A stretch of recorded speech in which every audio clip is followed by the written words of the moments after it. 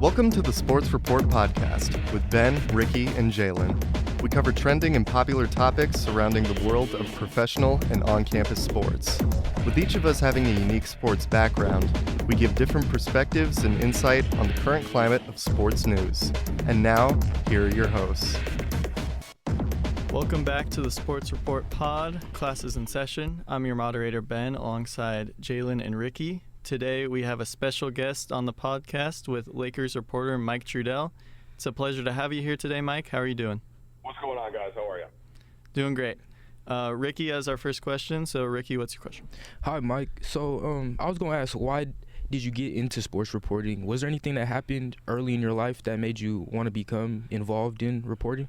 Yeah, for sure. So long before you guys existed, I was watching, and this is the 80s, and I was growing up in Minnesota where there wasn't an NBA team, but we did get WGN, which is a network that the Chicago Bulls were on, and you could watch it in much of the country, certainly the whole Midwest. And so I just started watching Michael Jordan and was just enthralled from the beginning. And part of it was the incredible athleticism in the game. Part of it was the shoes, just the swagger level. All of that was about as cool as you could get for a kid in suburban Minnesota. And then so that kind of was the early hook. And as I started to watch more and more basketball, the NBC network at the time had the finals, and they had Bob Costas, who would do these incredible introductory packages. They were basically like these little mini movies leading into games. And then like Marv Albert was on the play-by-play, and that kind of hooked me as well. And I was thinking, so wait, are these guys getting paid to go to basketball games and to report on these guys and commentate on these guys? And so it was pretty early for me that itch got scratched in that way. And then I kind of tried to pursue it from that point on, really. So it started when I was a kid. Definitely. That's pretty cool. As you got older and started becoming more involved in reporting, was there any struggles throughout your journey of being a reporter? That's a good question. I think that I was pretty fortunate in a lot of ways in that I had a pretty clear idea of what I wanted to do, and I was highly motivated to do it. And I had a lot of support from my parents, which was a lot of that consisted of, you have to do well in school if you're going to give yourself the most options possible. And so by the time I got into high school, I was already pretty serious, about making sure I did well in class, and that, I just gave myself as many options as I could. And I also played several sports, including soccer. And so that kind of helped me on my path eventually to get to Northwestern. So I did, in that kind of sense, I didn't have the early struggles like getting to it. And I think that was because I was just fortunate to really have a focus on what I was getting, what I wanted to get towards and what I wanted to get to. And I think that that's a hard thing to do. And I, again, I got pretty fortunate and lucky and had that support from home. So you talked about how you went to Northwestern for college. How would you say Northwestern prepared you and helped you grow in sports journalism? Well, Northwestern was great. I definitely went there for a reason, and I'm a little bit biased, but I do think it's the top journalism program out there. And the challenges that I had when I was there was that because I was playing soccer, so my first 2 seasons I played on the varsity soccer team, and then I hurt my back. In those first 2 seasons, though, I didn't have a lot of time because of practice and all of that to actually do as much journalism at games, say, for like the football team or the basketball team or anything else, because I was always at my own thing. And so that got me a little bit behind the 8 ball relative to some of the other students that came in there and that were just sort of full-time wanting to do the broadcasting or wanting to write for the newspaper and things of that sort. So once I got hurt, though, then my last 2 years I had a lot more time to devote to the broadcasting elements, and I just tried to catch up that way and then hopefully bring a little bit more of a perspective from somebody that had played, albeit, not one of the revenue sports that, most people pay attention to, which, of course, are football and basketball. So that was a challenge, but I tried to just embrace it like any of us. I'm sure you guys played some level of sports growing up, and I always just like to treat it as a competition.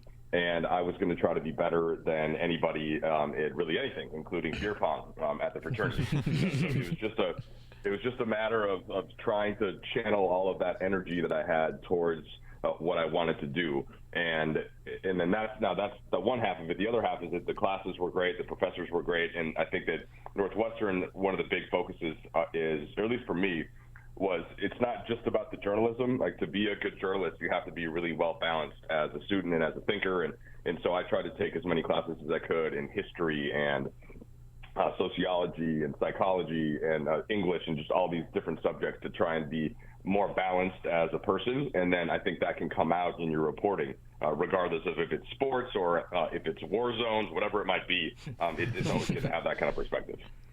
Hey, Mike, Jalen here. I think that's awesome. Transitions right into my next question, which is what advice would you give students like us in college pursuing a career in sports journalism and broadcasting? Yeah, I'd be actually curious to even hear from you guys as to what it's like these days, because I am old now. I just turned 42, so I've been out of the game in terms of college for a long time.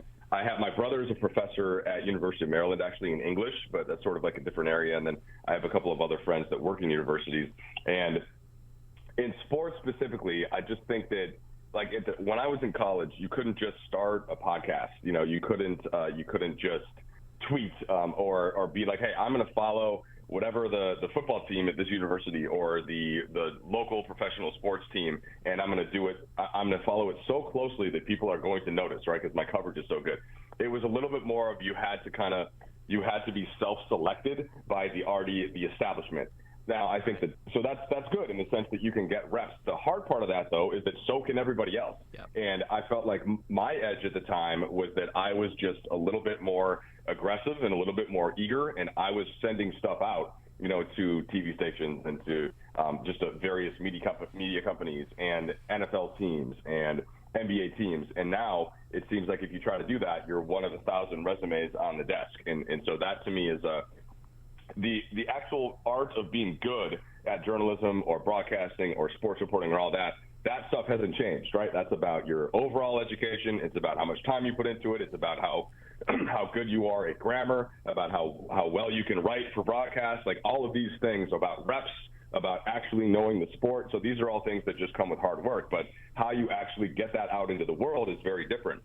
So let me hear a thought from each of you guys about how you've been trying to do that. I think you hit the nail on the head there with the fact that could be 1,000 resumes on any given person's table. I think that it's exactly what you said with quantity and quality and the balance. I think with social media and technology and accessibility, everybody is trying to start a podcast just like us. And I think the way that listeners sift through that is definitely just, like you said, over time sticking through it, but also quality. If your product is better than another person's or another podcast's and people want to come back and keep listening to it, I think that's ultimately just a prerequisite to solidifying yourself and making yourself different. Yeah, definitely. To add on to that, you definitely have to be unique. Just as you said, there's going to be 1,000 other people that are doing the same thing, working hard, the same amount as you. So being able to find your niche and being able to be unique throughout your writing or journalism or whatever you're trying to pursue is probably the best way to, get other people's attention. Yeah, and to add on that too, the way I've tried to separate myself, I started my sports writing job when I was 16, and now I have 3. And then I'm also starting this podcast too. And then I joined a Business of Sports club here on campus, and last week we went and participated in the inaugural NBA mock trade deadline competition, and that was done in front of NBA executives like the Celtics assistant GM, the Thunder, one of their front office guys was there, and then they had like Bleacher Report's Eric Pincus was there. So we got an opportunity to network with the judges after the competition. So I think just finding like extra stuff to build your resume can separate you from other candidates, but it's definitely very competitive right now. Yeah, I think all that's all good stuff. I mean, the one thing that stands out to me, and you guys asked me that first question about sort of, how did you first get into it, and how do you kind of what motivated you, and if you can identify the thing that you actually really love to do and the thing that you're passionate about, then it's not a problem to do it 5 days a week, which is actually going to be, let's say it's a podcast, which is going to say maybe that alone is what separates it from everybody that starts one, but is kind of like, wait, I got to record on Tuesday also? Does that mean I have to miss bar night on Monday? So if if you really want to do it, and for me, there are a couple of different topics. Like, obviously, I love the NBA. I'm still in it. I'm a huge soccer guy. So I could do, if I lost my job tomorrow and somebody was like, here, could you do an English Premier League podcast? I'd be like, yes.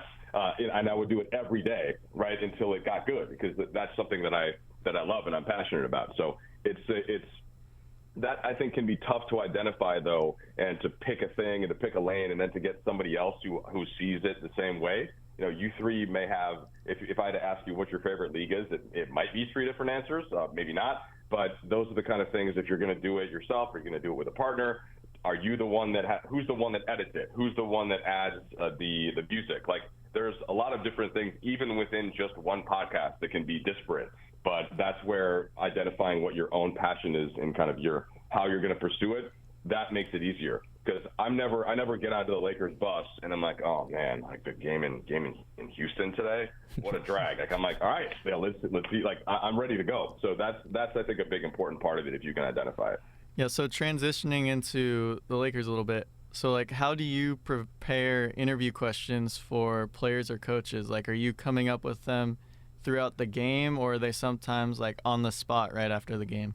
Yeah, it's a mixture of many things. I think that the way that I view my job for the Lakers specifically is that I try to be as close to I can as an expert on the entire NBA, so that when I get to the arena and I know, like, for example, yesterday I knew I was going to be talking to Rui Hachimura. So the first question is going to be something about his health, right? He missed the last 4 games because of concussion protocol. I don't script it out. I don't think about exactly what I'm going to say. It just depends. Then after I ask that, I listen to what he says. And I think this is kind of the key thing when you're interviewing somebody. You can't just come in with a list of 10 questions and just ask them in order as if you were an AI robot. And you guys actually understand AI probably. I'm still, trying to get caught up on it. You really have to listen to what the other person says. It's like a date, really. Like, if you go on a date with somebody, you can't just come in and say, oh, I'm going to talk about X, Y, and Z. You got to listen to what the other person is saying if it's going to go well. Unless you're just so handsome that it doesn't matter. For me, I was always fine. So as you're getting into the interview, then I'm like, the second question, to me, it's going to be something about what has he seen in these 4 games that he's out that he thinks he can help, how he can help the team. And in the case where I'm sure that not a ton of people got to see it, but his answer ended up being exactly what happened in the game, where he was like, well, there are spots where I think I can be aggressive and roll to the rim. And he got like 3 dunks in the first half because the lane opened and people were paying more attention to LeBron. So, like, I knew that was going to be the second question. And then I wanted to get something from him on Houston in the scouting report. But in order to do that, I have to know the Rockets roster. And how do you do that? Well, I think some people, it's easier for me as somebody that covers the league every day and covers the team every day. If you're just floating in as a national reporter and you have a team once and you haven't seen them in a while, I think then you might have to be a little bit more calculated in how you're going to script a question. But I've watched Houston play, twice in the previous week and knew what everybody was doing from a production standpoint. And I had done like a live chat thing the night before with a buddy of mine, Aaron Larsoul, and then somebody who covers the Rockets. So, like, I could have asked him 15 questions about the Rockets. So I guess the way that I'm getting at it is that I'm generally prepared to talk about any NBA team and any player on that team, so that when the situation arises, I can just go to it, without having to script it out. And that doesn't necessarily come overnight. That's kind of years of being embedded in the league. But it helps me do my job to the point where I don't have to worry about being prepped so much. I just stay prepped. And I think there's an analogy there to how NBA players are trying to, like LeBron will say, right? I don't, get ready, I stay ready. Yeah, so I think I just compare myself to LeBron. That's fine. Yeah, so you've been covering the Lakers since 2008. What's the biggest change you've observed with basketball and just the culture among basketball in the past 15 years? Because we look back, and 15 years in the history of this sport is not really that long, and I feel like things are changing so fast. So what's the biggest change you've observed? On the one hand, it seems like it's not that long, and then on the other hand, we just celebrated the 75th anniversary, and 75 minus 15 is like, that is kind of a long time. All of a sudden, I'm like, damn, that is a long time. But I would say to start on the positive side of things, I think the talent is better than it's ever been. Mm-hmm. There is not a single team in the league where there aren't at least 4 or 5 good, talented, interesting players. And, for example, I can give you a whole thing on the Detroit Pistons or the Charlotte Hornets right now, or the Utah Jazz, who are probably going to be the worst team in the West this year. And they've got a lot of good players. Like, they've got some exciting, talented players. So that part is great. And I think when I entered the league, there was a ton of talent, but there were a couple of teams that, weren't as interesting. And the biggest difference there is just this flush of international talent that has gotten to the point where every year the percentage of players gets a little bit higher for international versus American. And it does 2 things. One, I think it continues to inspire the rest of the world. And then 2, it makes the American players it's that much harder to make the cut. There are so many good players. If you just look at the rosters from last year, and then you think about the NBA drafts 60 players. And so that means 60 players are out from the year before. And we don't talk much about a lot of those guys. And some of them go to Europe, and some of them go in G League, some of them try to get re-signed. But so there are players everywhere. And I think it's different from other leagues in the sense of, take soccer. The English Premier League is the best league in the world. But there are many other good leagues, and not every great English player stays in England. And so in here, you get all the American players stay here, and you also get the best of the best from the other countries. So in that way, I think the NBA is really unique, aside from the NHL, where the NHL is a little closer to that. It's just more of like a Canadian to American ratio. So that part is great, and it's one of the reasons I still love the league. Mm-hmm. I think on the other side, and this has been something that hasn't been as fun to monitor the difference, guys just don't play as much as they used to. And the injuries don't go down when guys don't play as much. And I'll save you the whole rant on that, and I'll probably sound old school, but it's just, I think there are different reasons for it, but that's definitely the negative where you're not sure on a given night who's going to be playing. And I think that's not great relative to, it wasn't perfect before, but it was definitely better. Yeah, that's definitely true. The NBAs definitely have changed throughout the years. Also, what I think I've been seeing, also we talked a little bit earlier as far as the aspect of reporting and how, like, you came up as a reporter compared to maybe somebody that's now coming up as a reporter. Definitely changed. How do you think, or what do you think the biggest change has been over the years, especially with social media becoming more prominent in the NBA world or just in sports in general? Well, maybe you guys can explain this to me, but why do we have to go away from actual proper grammar on social media? Like, are you not allowed to capitalize a letter to start a sentence? What? Seriously, why can't we use periods when the sentence is over? I have even gotten to the point where I will accept an emoji as an exclamation to the end of a sentence. Like, I get it; it sort of serves as its own punctuation mark, but please defend yourselves, guys. Why can't we use proper grammar on social?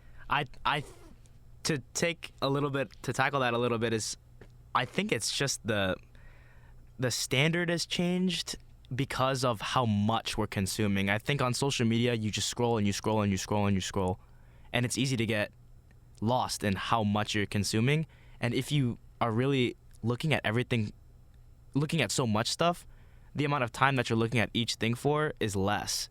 So I feel like for a consumer, at least, or an audience member, you're not focused so much on the quality of the tweet or the quality of the article because of just your natural disposition to want to see as much stuff as possible, which, like you kind of hinted at, I feel like it's got its good for how much you want to consume, but it's got its bad, obviously, with everything we just talked about. I think it just comes down to quantity versus quality, and people are just consuming so much more. Definitely. I think so. It's like, oh, I'm going to rip this text off, but it takes an extra half second to capitalize the start of the first letter. So let's just go ahead and I get it. I text a lot, but you guys probably don't even know. Have you ever heard of AOL Instant Messenger? Yeah. Yes. Okay. Did you actually have accounts? No. Back in the day? Okay, but you've heard of it. So it was like, it was basically before you could text somebody, you could go on, you could dial up internet, and you could have 8 conversations going on at once. But look, I still capitalized to start my, and I was not. I would say most people did not. So maybe this is just the like going to Medill and my parents correcting my papers when I got home and stuff.